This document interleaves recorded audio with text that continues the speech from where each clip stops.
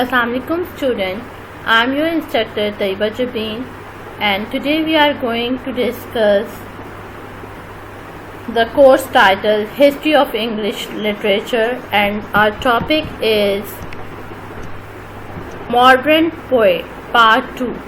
In this lecture we are focusing on modern poets.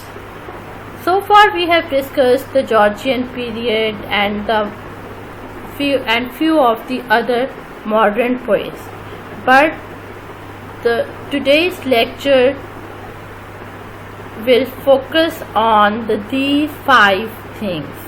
The first, the Images group; the second, the French poet; third, William Butler Yeats the Great, and one of the influential modern poet, that is Thomas Dunn Eliot, and the fifth one is poets after T.S. Eliot.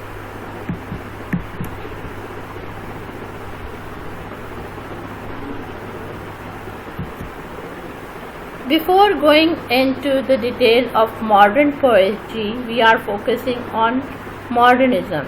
We are focusing on the term modernism. What actually modernism is? Modernism is a comprehensive movement which began in the closing years of the 19th century and had a wide influence internationally during much of the 20th century. Modernism is an artistic and cultural movement that flourished in the first decades of the 20th century, about the time of First World War. Modernism is a cultural trend. It is the movement in visual art, music, literature and drama which rejected the old Victorian standard. So far we discussed that it's a comprehensive movement and it revolted against the old Victorian standard, and this tried to explain how art should be made. Modernism was developed in the first 3 decades of the 20th century. It was developed in Europe, especially in the Great Britain. Now coming to the third point, it reveals breaking away from established rules, traditions and conventions. Fresh ways of looking at man's position and function in the universe, and many experiments in the form and style. It is particularly concerned with language and how to use it. It is a style or movement in the arts that aim to break with classical and traditional forms. Embracing change and present, modernism encompasses the works of thinkers who rebelled against 19th century academic traditions, believing the traditional forms of art, architecture and literature as one of the outdated ones. They directly confronted the new economic, social and political aspects of an emerging, fully industrialized world. Encourage the re-examination of every aspect of existence. You can also say that in the second half of the 19th century and the early decades of the 20th century, both nature and social sciences in Europe had advanced. So we had seen changes not only in literature, but the socio-economic conditions also changed, so that influenced the literature. Their rapid development led to great gains in material wealth, but when capitalism came into its monopoly stage, they sharpened contradictions between socialized productions and the private ownership, caused frequent economic depression.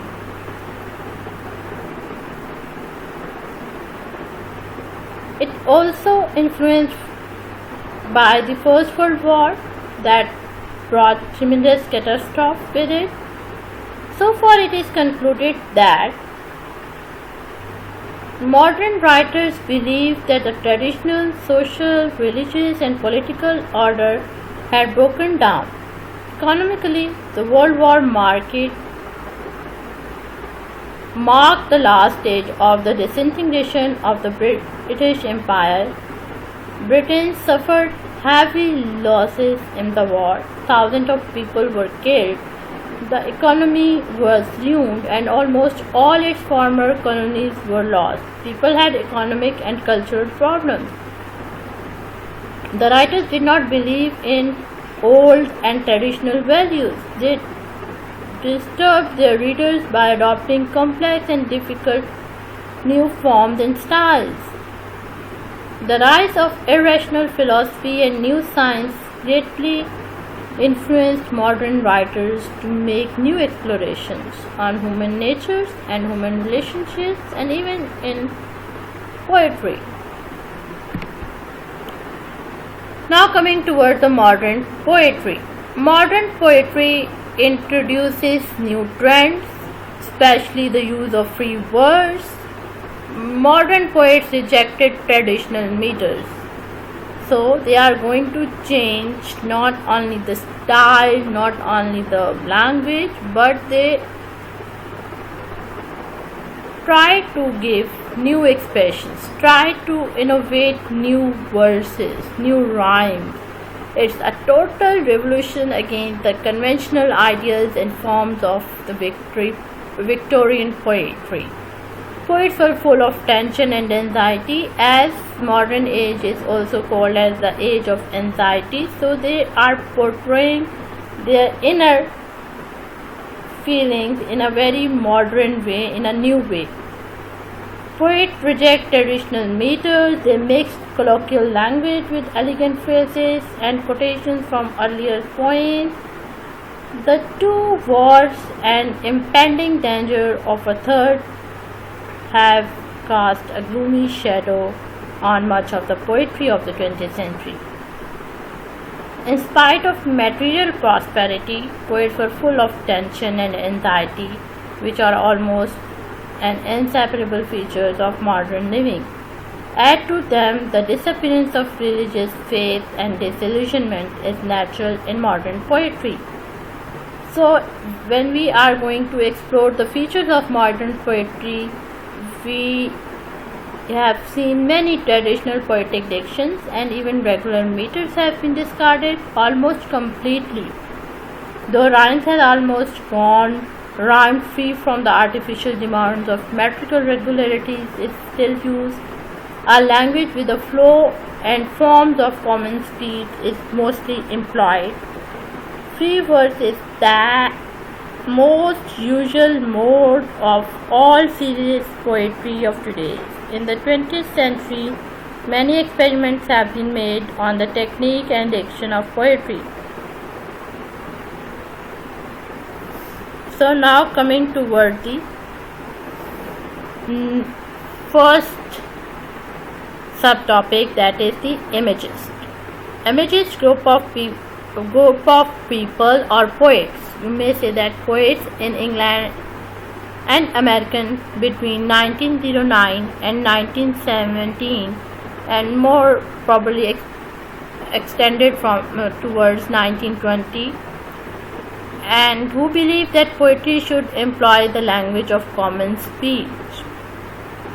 They were interested in new rhymes, new rhythms, and have complete freedom in subject matter and wanted a clear, concentrated and precise image of their expression. They wrote short poems that used ordinary language and free words to create sharp, exact, concentrated pictures.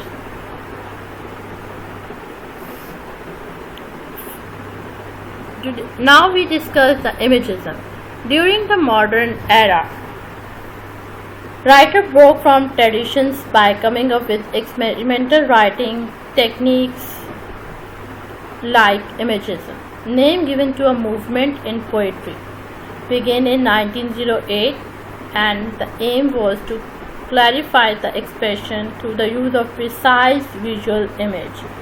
Yes, you have to clarify your expression through the use of precise visual images.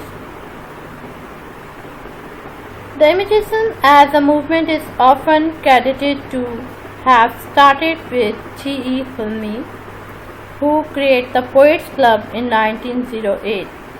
After the death of T.S. Hilmi, Ezra Pound spread the idea of dry, hard classical verse. Imagism called for a return to what were seen as more classical values such as directness of presentations and economy of language, and a willingness to explain with non-traditional verse forms. Images used free verse. The rejection of conventional verse forms in the 1920s owed much to the Imagist reputation in Georgian poet style. Some Imagist poets, the Ezra Pound, Hilda Dolittle, Amy Loin, William Carlos. So far we have discussed the Imagist movement that began in 1908, advocated by British and American poets, reaction against the Romanticism and Idealism.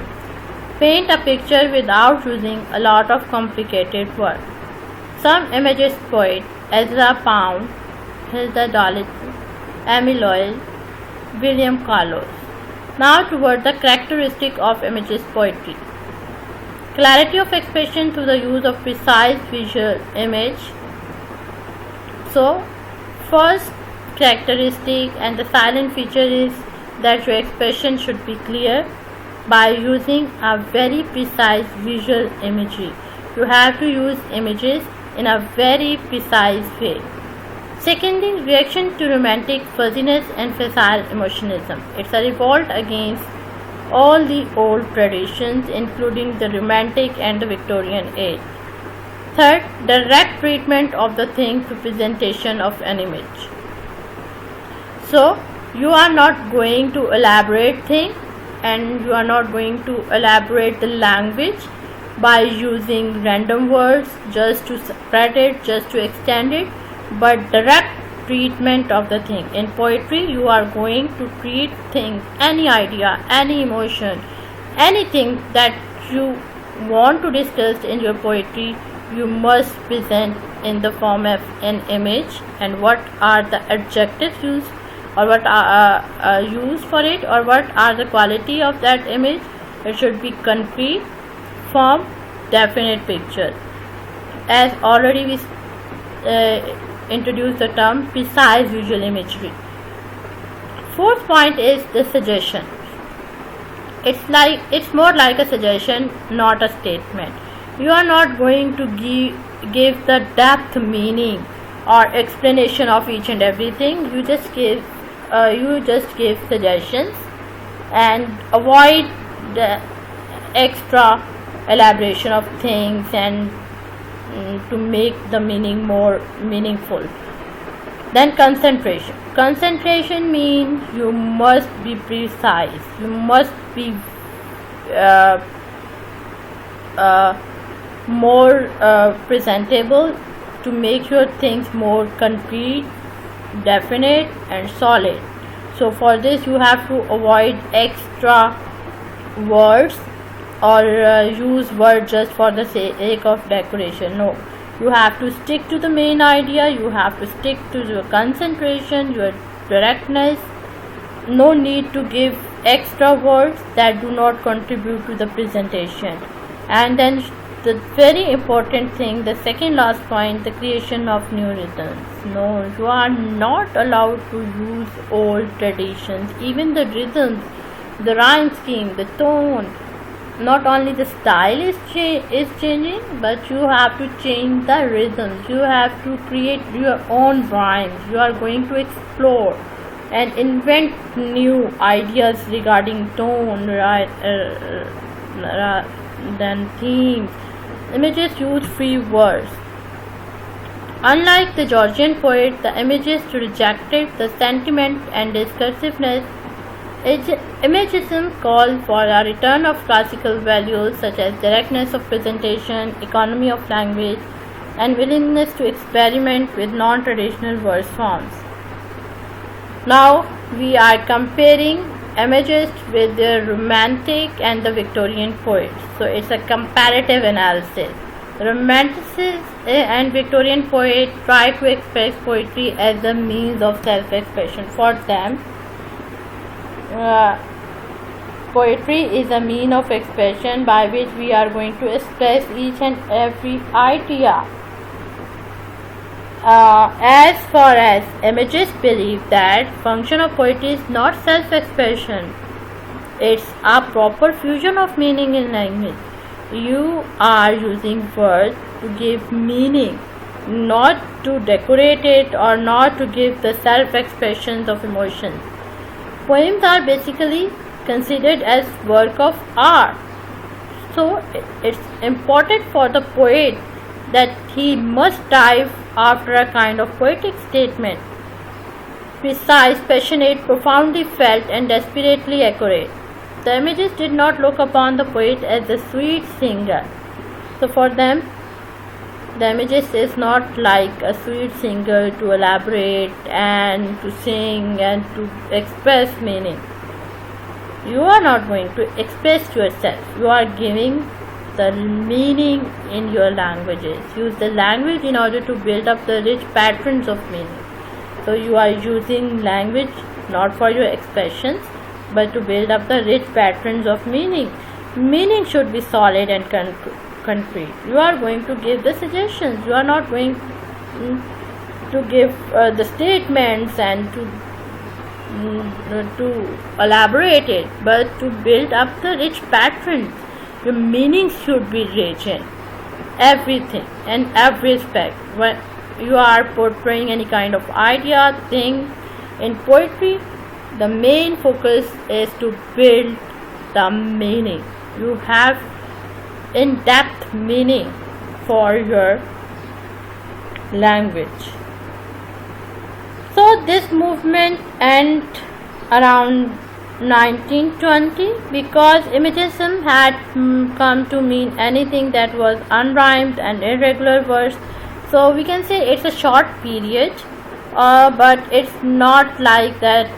It's not influential. It had great effects and influenced many writers. So it's a very, you can say, fruitful, and Imagism would deeply influence the course of modernist poetry in English.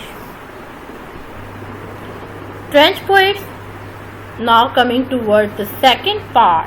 After Imagist, we are going to discuss French poet, which is generally known as war poet. The French poetry or the war poetry is also included in the modern poetry because of the wars, because of the world war. So poetry written during or about the war. As you know that many people destroyed their lives during First World War, so the socio-economic and political conditions also affected the poets, and mostly they were soldiers.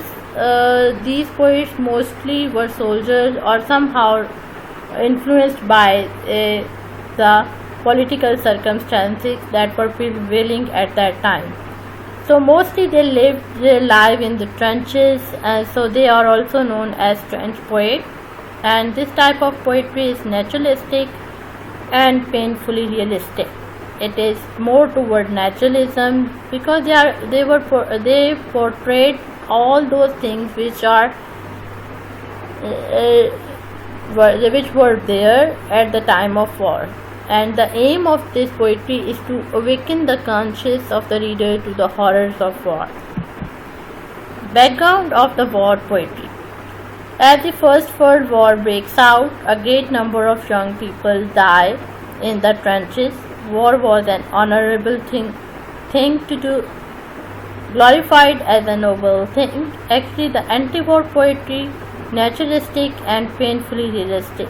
Message through such poetry: the war is brutal, vicious, meaningless, stupid, and barbarous. The war poetry is a negation of Georgian period. The war poets adopted quite opposite views of the war and of Georgian society. Favorite themes were the beauty of the English countryside.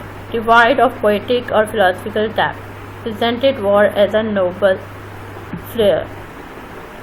The war poet experienced the fighting horror of modern warfare represented in an unconventional, anti-rhetoric way, to awaken the conscience of the readers to the horror of the war.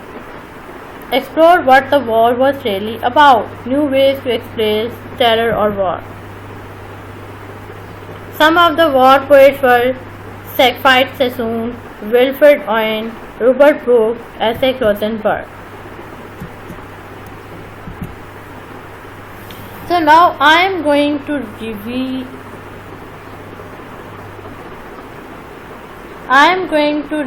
the French poets. Since ancient time, it has been considered heroic to die in war. Homer's epic poem celebrated, among other things, the nobility of dying on the battlefield. This view continued well in the 19th century.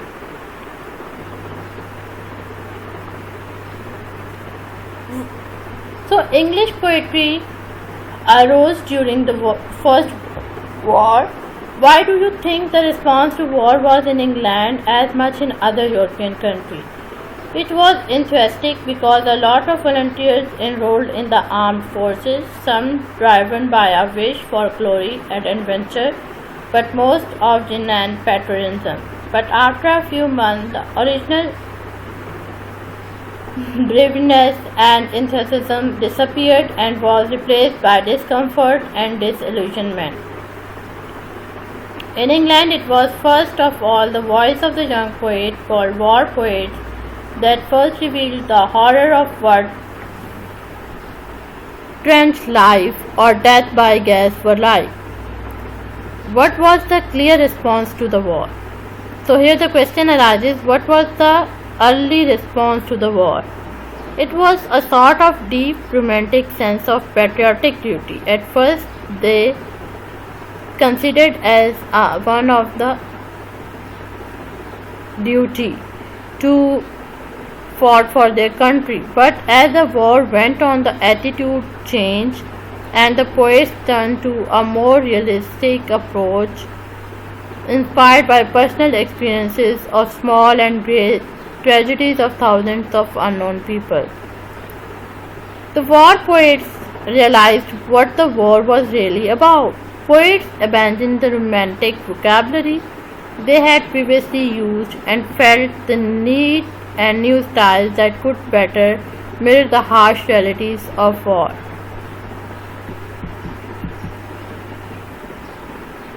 One of the important and the great war poet is Siegfried Sassoon, 1886 to 1967.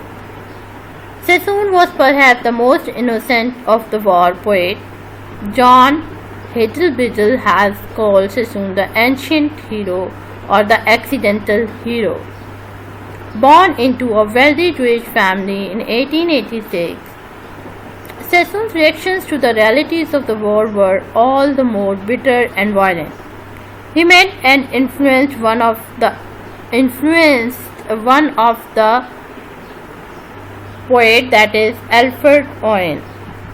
Wilfred Owen, born in 1893 and died in 1918, regarded as one of the Britain's greatest war poets, was influenced by Sassoon.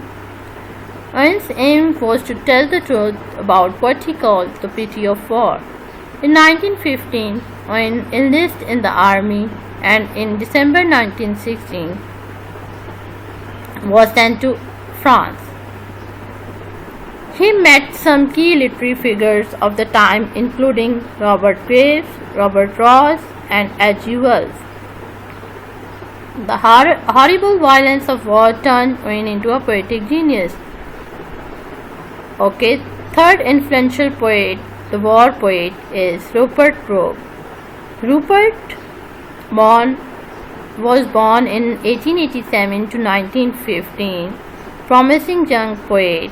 Brooke's entire reputation as a war poet rest on only 5 war sonnets.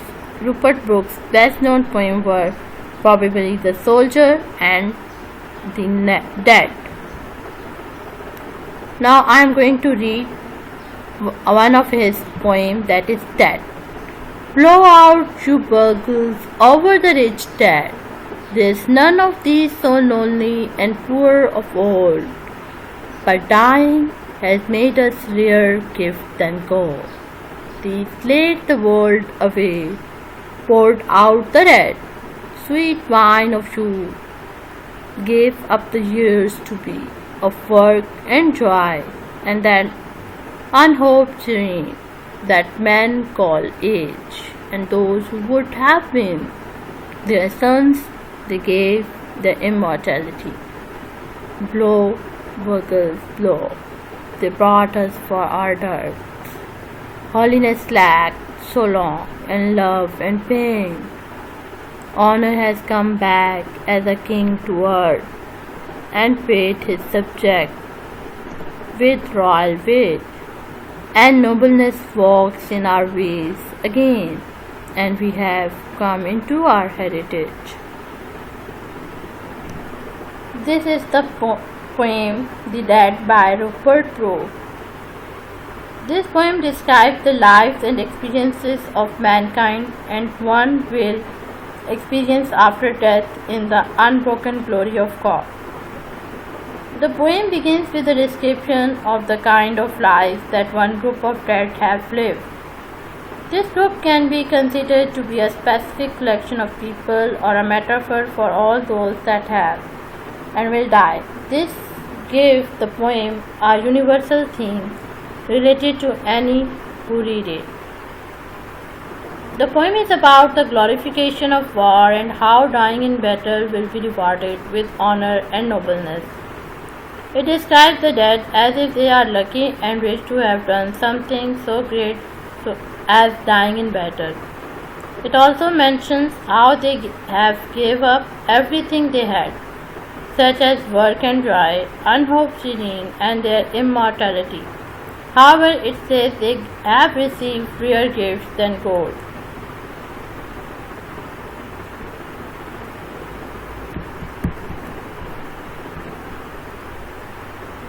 In another poem by Rupert Brooke, The Soldier. If I should die, think only this of me, that there is some corner of a foreign field, that is forever England there shall be. In that rich earth a richer dust concealed, a dust whom England bore, shaped, made aware, gave once her flower to love, her ways to roam. A body of England, breathing English air, washed by the river, blessed by sons of home. And think, this heart all evil shed away, a pulse in the eternal mind, no less. Give somewhere back the thought by England given, her sights and sounds, things happy as her day, and after learnt of friends and gentleness, in heart at peace, under an English heaven. Rupert Brooke's best known poem is probably The Soldier. It was written in 1914. The Soldier expresses a noble self-sacrifice attitude toward war, in contrast to the more realistic poetry of other war poets.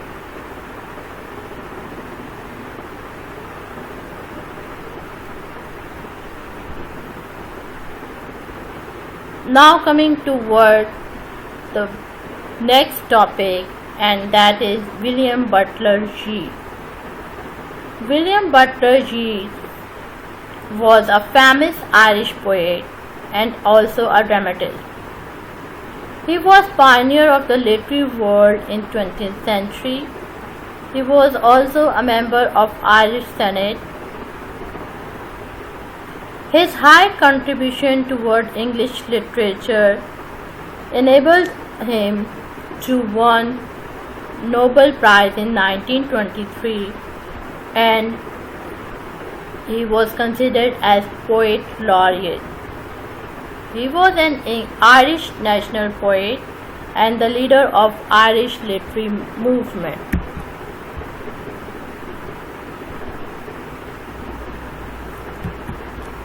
Yeats poetry. Now coming towards Yeats poetry, Yeats often wrote very ambiguous poetry that had both an obvious and an abstract meaning. His poems suggest other thoughts and messages that are more abstract and they may seem more significant. Yeats as a modern poet. Yeats was one of the modern poets who influenced his contemporaries as well as successors.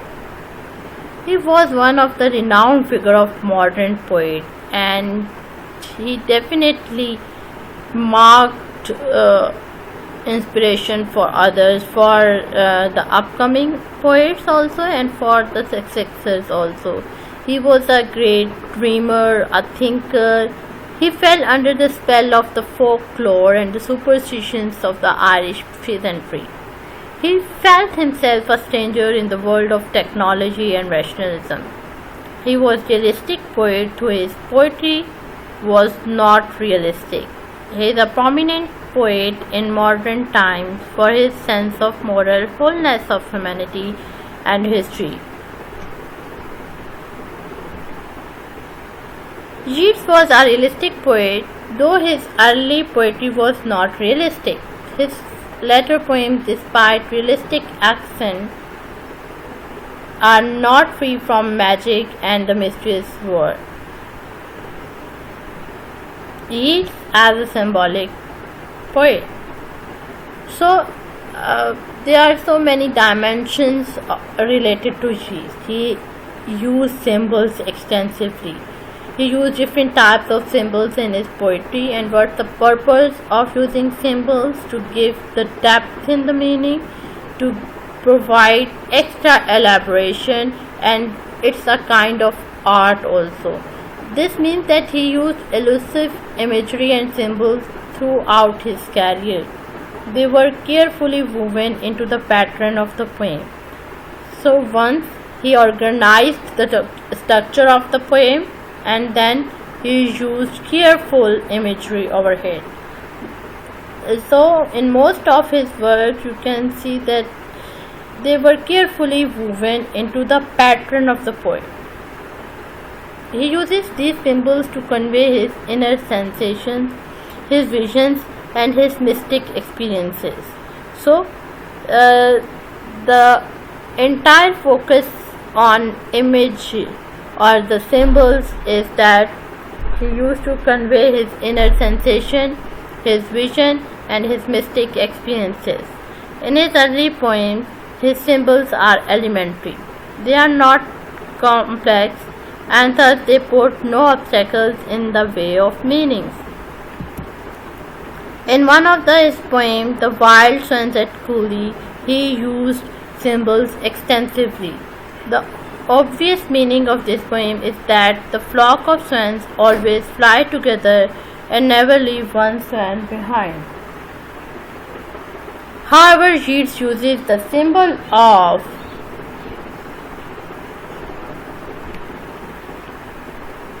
swan to portray a more abstract message that he is lonely and he envies the companion swans.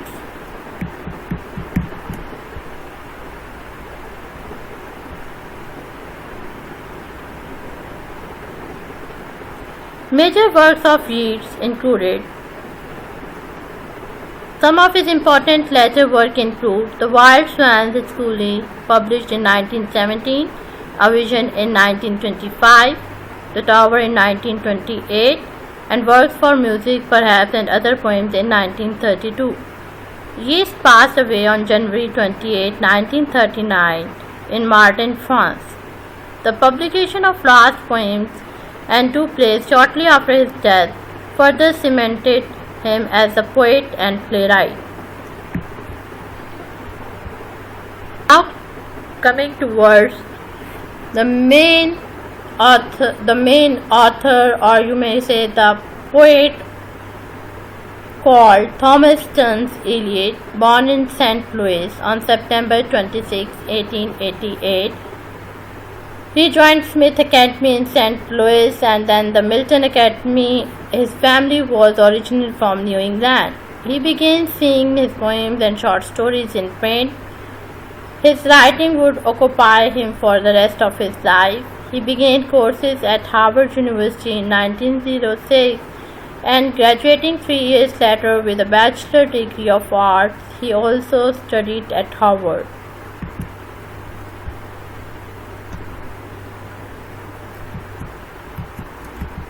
Eliot's career as a poet can be divided into 3 periods: first period, second period, and the third period.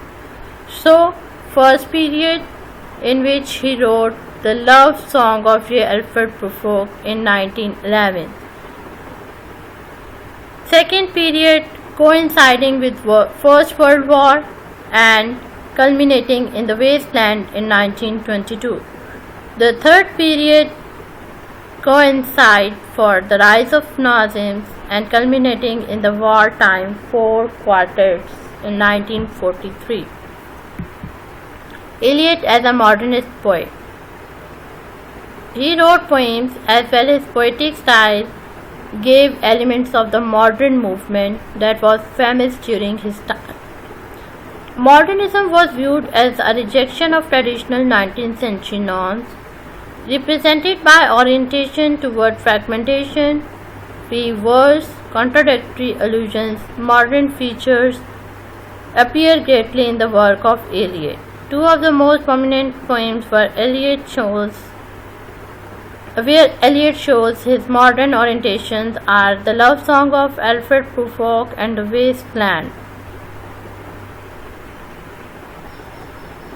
The point is that Eliot seems to have nostalgic for the medieval tradition linked with his interest in the modern life. Eliot combines both concern with religious issues, medieval themes, and trend toward contemporary issues. So, as critics observed, Eliot seeks some sort of integration between the 2 aspects. In one of his poems, The Love Song of J. Alfred Prufrock, he wrote about the modern aspects. He expressed the basic pattern of modern age. This is regarded as one of the basic modernist poems. It shows the modern element of disintegration of life and mental stability. He speaks about the problem of the modern man, Prufrock. He laments his physical and intellectual shortcomings and also discussed the lack of opportunities in his life.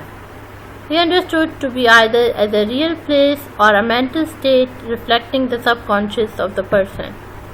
The most important modernist technique in the poem is the stream of conscious technique. This technique reflects the fragmentary nature of the modern man's mentality. It allows the reader to explore the inner self of the character. Thought shift, which is very often and from trivial to significant issues and vice versa. This explains the idea of subjective time in modernism. One of the poems, The Wasteland, also considered as a fundamental modernist text. He showed clear reliance on images, many fragmental images that reflect the feeling of loss in modern man. The narrator promises to show the reader how to make meaning from fragmentations and is essential feature of modernism. Poets after T.S. Eliot. One of the influential figures after T.S. Eliot was Auden. Auden as a modern poet, both thematically and structurally. Auden's poems show the very essence of modernism. The characteristics that are needed to consider him as a modern poet are all in profusely blended in his poem. Auden's social concerns are mostly expressed in the context of war. An avid observer of war, he also discusses different social, political, and economic upheavals. He argues that the most of the ills of the contemporary society was due to their socio-economic conditions. Modern age is marked by the violence and war. In The Shield of Achilles, he says, iron-hearted man slaying Achilles, who would not live long.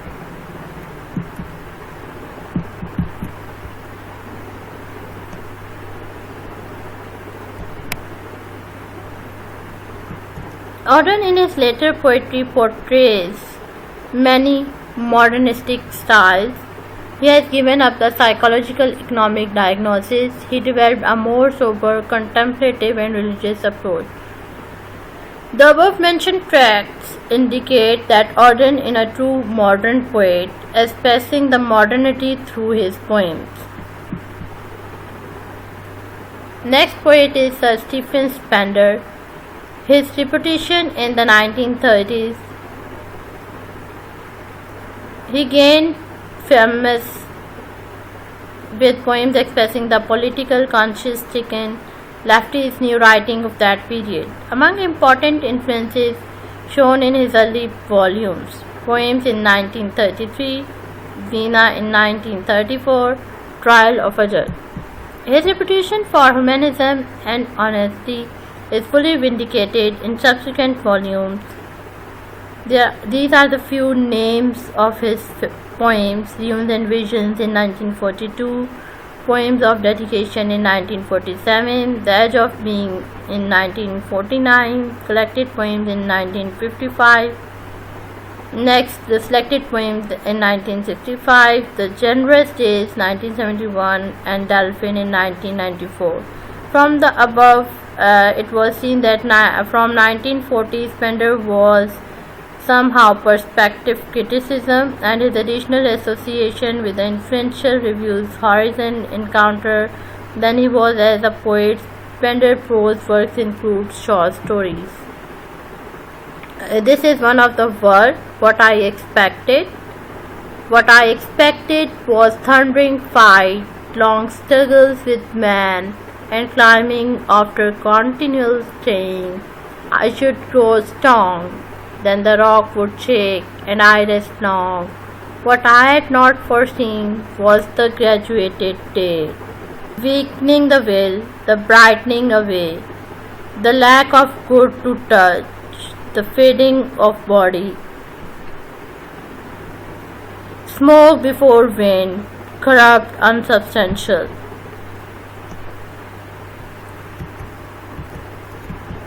Now coming toward the Cecil de Levis, which under the influence of White Hawk Auden produced very fascinating poems. He was fascinated by Auden's restless energy, formidable intelligence and air of authority. Served as joint editor of Oxford Poetry 1927, for which they wrote a manifesto-like preface, dogmatic overstatement and burlesque in way that make it clear the Auden was the dominant partner. Tossing together ideas from Eliot, call for a new kind of poetry. His exact lineament are hard to discern in their prose. Other important English poets of the present age: Louis Massenet, Edith Sitwell, Robert Graves, Roy Campbell, Geoffrey Gibson, George Barker, Dylan Thomas. And these are the few characters that they were prevailing in their poems: tendency toward romanticism under the influence of Hopkins, Ezra Pound, T.S. Eliot, and Auden. Do not give importance to dry, hard images.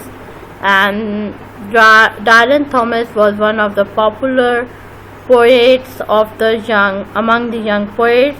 Unity of Man. Dylan Thomas, popular of the young poets, he represented unity of man with nature, and of generation with each other, of divine with human, of life with man. Death does not mean destruction, but a guarantee of immortality.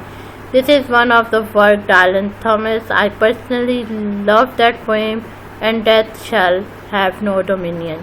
So I want you people to listen to this poem. You can get YouTube access, and you can get and listen to that poem, and you may also read it. It's a very thought provoking.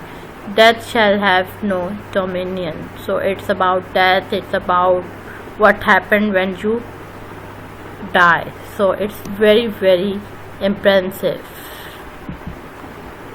Now we come to the conclusion of modern poetry. So far we have discussed the images, the trend poetry. So you have seen different patterns. You realize that it's very important and that literature should be parallel with the socio-economic and political conditions. So in spite of tendency toward romanticism, it is the face of modern poetry that we have so many influential poets, Yeats, Eliot, Spencer, Auden. They all did a global job. Eliot and his school of poetry hold the field. Modern poetry made the whole. Possesses intellectual toughness, no attempt to return to Tennyson, trend towards Wordsworth's quietness. They are more modern poetry, more toward the classical poetry. So in spite of every effort, you cannot attempt to return to Tennyson, but it's a trend toward Wordsworth's quietness. This is all from my side. Thank you.